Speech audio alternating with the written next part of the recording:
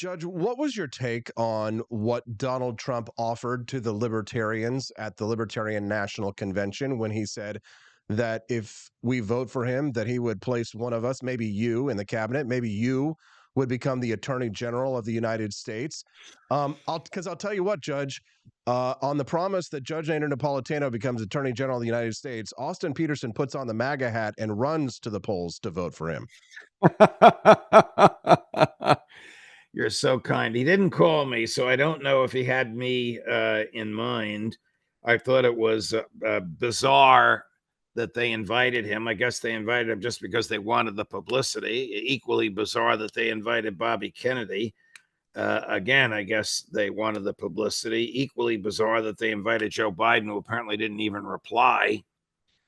I don't know what to make of the Libertarian Convention. The person they nominated seems so bizarre as not to be an attractive candidate at all. But I don't know the guy. I wasn't there. I'm not familiar with the politics that went on there. Professor Rechtenwald is a serious True North libertarian. I don't think he has the energy or personality or finances to campaign for president, but he certainly has the mentality of a Murray Rothbard. This young fellow that they nominated, I just don't know enough about him except the baggage that the press mentions. Well, I interviewed him myself, Judge, and I'll tell you, when it comes to the anti-war question, which we hear, of course, from many Mises-type libertarians, is the most important question. Being anti-war is the most important thing, apparently to the detriment of any of our other issues, at least from what I've heard from the Mises-type people over the last 5 or 6 months, which is why they advanced this Rechtenwald character, despite him being a very flawed candidate who, in his moment of political prime, decided to take some drugs while being interviewed on live television, quite embarrassingly so. But this Chase Oliver character, he fits all of the same wants and needs from Mises-type libertarians. He's called the war in Gaza a genocide. He believes in all of the same principled positions that Mises libertarians advocate when it comes to war.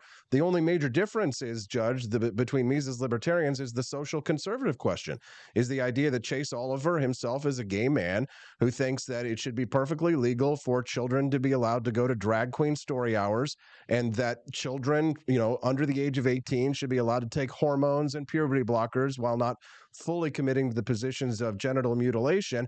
You might as well be there with him, because not you, but anyone who would support him, because that's what he has advocated for, because hormone blockers can be just as permanent as a full-blown transition, Judge. But I mean, when it comes to the questions of war and peace, Chase Oliver is that down-the-line libertarian. But still yet, many of the people who were supporting Michael Rechtenwald, many of the Mises libertarians, they recoil. The people who told us that war was the most important issue, who have been screaming since October 7th about Israel's genocide in Gaza, having Chase Oliver, that exact rhetoric, that exact candidate. The only difference is that he's gay and he wants to trans the kids. So, I mean, I guess I don't know. What's the beef? Yeah. Well, I agree with him as you described this. I don't want to trans the kids, but a person who's reached the age of reason owns their own body. If you're, under 16, theoretically, you would need the consent of your parents. But at some point, you don't need that consent, and at some point, the bodily ownership ripens into your own. I feel like Trump is. Rechtenwald took drugs during an interview. You're not aware of this. So after Trump appeared on the stage, the presidential candidates were invited to respond to Donald Trump's speech. Michael Rechtenwald spoke to the Washington Post and explained what happened, because he got up on stage and started blabbering. And I'm not talking about like just running at the mouth. I'm talking about blah, blah, blah, blah, blah, blah, blah, like Joe Biden-esque rambling. He had to leave the stage when he was questioned by Washington Post reporters after. He said that this isn't some major political scandal. Somebody gave me something and I ate it, and that's what happened. And that's why I flubbed in front of the press. It was quite an embarrassing moment, Judge. And you see things like that, and it's no wonder that the Libertarian Party and the movement can't get any respect. It's, it's very juvenile and childish to behave that way. It's certainly not how I behaved when I ran for president of the United States, clean and sober and sharp, because for God's sakes, Judge, we're trying to represent these principles. You and I have devoted our lives to these Yes. principles, Judge. We have put our lives, our fortune, our sacred honor on the line here, and these are the There's fools. something screwy about that organization. I don't know what it is, unless they have Ron Paul or somebody like that. They don't seem to be stable, mature adults about the whole thing. They asked me to get involved a long time ago. I'm glad I didn't. They don't have the funds or the seriousness of a purpose, even though their ideology is consistent with yours and mine. Their level of maturity apparently is not. Judge, Trump has the possibility of putting you in the space of attorney general. Trump has the possibility of putting you in front of a Senate confirmation hearing for a Supreme Court. Do you think that I give one goddamn about a party that's going to do 1.5% this year if I have the opportunity to take someone like yourself and put them in a position of power to actually free the people of the United States? This doesn't even seem like a question to me. Well, the question is, would Trump do that? There's many a slip between the cup and the lip with him in terms of promises that he's made and have not been kept. He promised to pardon Assange. He didn't even realize his own DOJ had indicted Assange after the Obama DOJ said he's got a First Amendment defense. We're not going to indict him. He promised to pardon Snowden. He didn't do it. He promised to reveal the JFK assassination files. He didn't do it. I'm giving you small things that he can do on his own that don't require Senate confirmation or legislation from the Congress. He has a short attention span and often listens to the person he's been speaking to last. Which is what happened when I talked him into vetoing the FISA extension. I've told you this story. Paul Ryan, Mitch McConnell, Mike Pence went running to the Oval Office, and an hour later changed his mind. And he sent a message to me saying, they twisted my arm.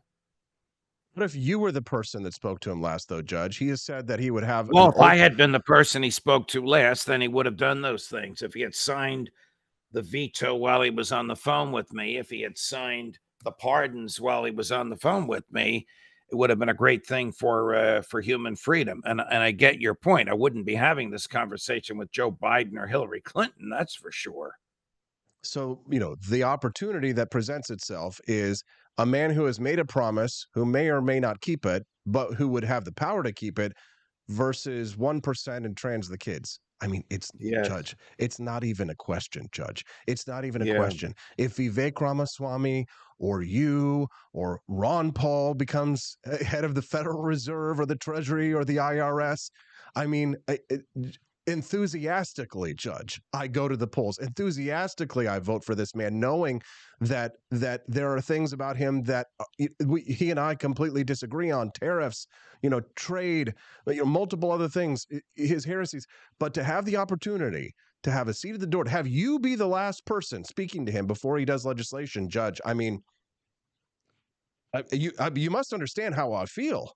Yeah, of course, I understand how you feel. It's deeply flattering that you're using me as the example. But well, tell him to call me, Mom. I'll keep the phone line You're the open. first person I thought of. You're the first person I thought of. Here, well, I'll tell you what. I will be the White House press undersecretary. I'll be the backup team, so I can get all ready and for the day. I finally become White House press secretary, while you are either his chief of staff or his attorney general, and you'll handle all the things. You know what? Another thing that he promised. He promised that he would put people like you and I, libertarians, in front of the pardons board of a commission of people for consideration of pardons. He would put libertarians like you and I on a board in that position to be able to make the decisions on things like freeing Ross Ulbricht or Julian Assange or Edward Snowden. Again, even if that is the only thing that we get out of all of the other promises that would happen, Judge, the amount of good that people like yourself and myself could accomplish in that kind of scenario, it's world changing, Judge. We're talking about changing people's lives for the better, for our principles and our ideals. and it's at our doorstep, right? Yes, like you said, from the cup to the lips, right, might be a stretch, but it has been said, it has been spoken, it exists. At minimum, we can hold him to it. He's run out of all the other options of people to work for him because he's blown through all of the lawyers in Washington, D.C. There aren't many people left who could actually fill these things. And here's the thing, Judge, you are one of the very few people who might actually be able to have the credibility to get through a Senate confirmation hearing. It's not like we have a deep bench of people out there who share our principles and ideas, who have any institutional knowledge whatsoever, right? Short answer is yes. The longer answer is if you know him, you, as I do, you wouldn't put as much credence in these promises, excuse me, as you are. That's just the way he is. His attention span is short. His narcissism is overwhelming and deeply infects what he's doing, and he makes decisions based upon how he feels at the moment. But I get your point. I get your point. It is worth whatever baggage he brings in order to have somebody close to the seat of power who'll be whispering in his ear, "The Constitution says you can't do this."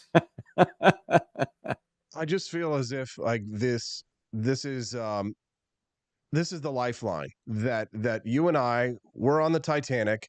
The Libertarian Party is rearranging deck chairs, and the SS Trump is floating by and sending out the lifeboats. And the question is, will we get on the lifeboats, or will we continue rearranging deck chairs on the Well, Titanic? of course you'd get on the lifeboats. You paint a stark comparison there, which really isn't much of a choice at all.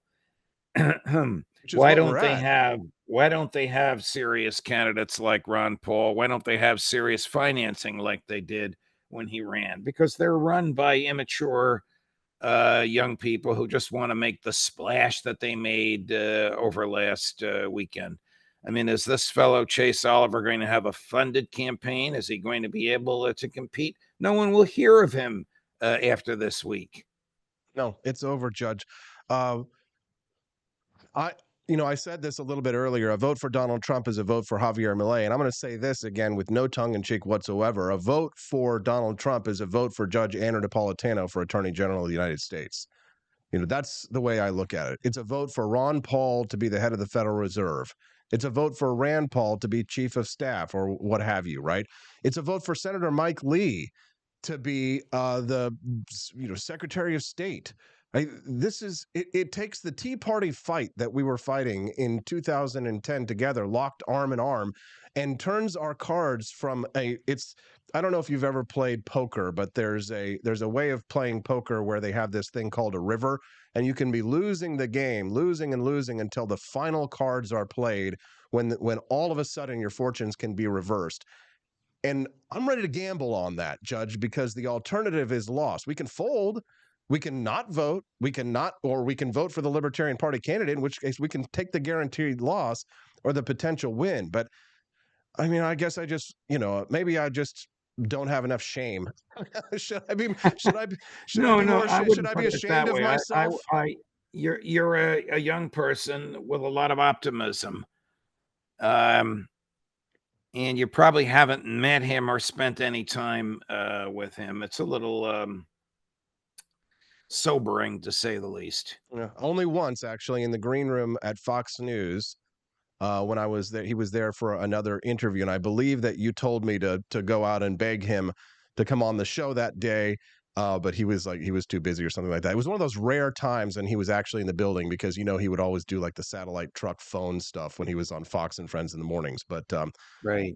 Judge, I love you, but I think that the Libertarian Party is a lost cause this year, and I know I'm young and I'm optimistic. I'm going to have a baby here in a month and a half, so I'm definitely thinking about the future of this country and what I can do to advance liberty. And at this point in time, if I can take the ball down the field and hit a first down, or if I can even kick a field goal for liberty at this point, Judge, I'm going to take that shot. I hope you don't mind. No, I don't mind at all. So what would I do when he comes to me and says, send 1,000 FBI agents to Columbia University and arrest the protesters because I don't like what they're saying? Well, just be the last person in his ear before that task force actually goes down. I mean, just be the last person in his ear. Be the person in his ear. Be the Trump whisperer, Judge, or have Rand Paul be the Trump whisperer, so that we can avoid those kinds of things.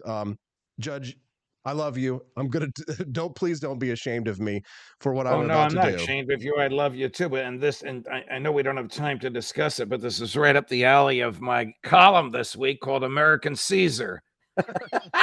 Well, let's talk about that, Judge. Give us a preview of your column and your incredibly successful show, Judging Freedom. So I read this piece in The Economist over the weekend, which asked, "Is America dictator proof?" And it got me thinking to all the statutes that give all the power to presidents and all the congressional indifference looking the other way. And I cataloged the most outrageous historical examples of it in the column and concluded that America is not dictator proof because the people in whose hands we repose the Constitution for safekeeping do not take their oaths seriously. And we can end up with an American Caesar. This is not aimed at Trump at all. There are a catalog of presidential excesses, crimes, and constitutional violations that are articulated in the piece. I actually had some fun writing it. Periodically, as you know, I like to write a think piece like that, like I did last week on the tyranny of the majority, which doesn't specifically directly address an issue on the public mind. Yesterday, Colonel McGregor was on with us. 250,000 views in 24 hours. Today, I have Phil Giraldi, the 40-year CIA expert whom George Bush kicked out of the Oval Office when he told Bush that Saddam Hussein did not have weapons of mass destruction. And I have Aaron Maté, who you should get to know, Canadian-American journalist whose investigative reporting on the government of Prime Minister Netanyahu and its bizarre relationship to the American Congress and the American presidency. He continues to make revelations which are startling. So Judge that's what I'm Andrew. doing today. Judge Andrew Napolitano's show, Judging Freedom, can be downloaded on any of your favorite mobile device applications. So make sure that you head on over to that as soon as he's off the show and follow Judging Freedom. And of course, read his weekly column, which comes out every Thursday at judgenap.com. We're libertarians, so we can't say it's required reading, but we heavily suggest visiting that every day. Thank you, Judge. We appreciate you very much. You have a wonderful week. And as always, it's so much fun and it's so great to talk to you. God bless you, Austin. Thank you. Thank you for all your flattering comments. All the best. Thank you, Judge. All right, let's give him a round of applause. What say you? Can I ask you something? Do you think you're going to hear conversations like that anywhere else? The Wake Up America show is unique in the world. Nowhere else are you going to hear those kinds of probing questions.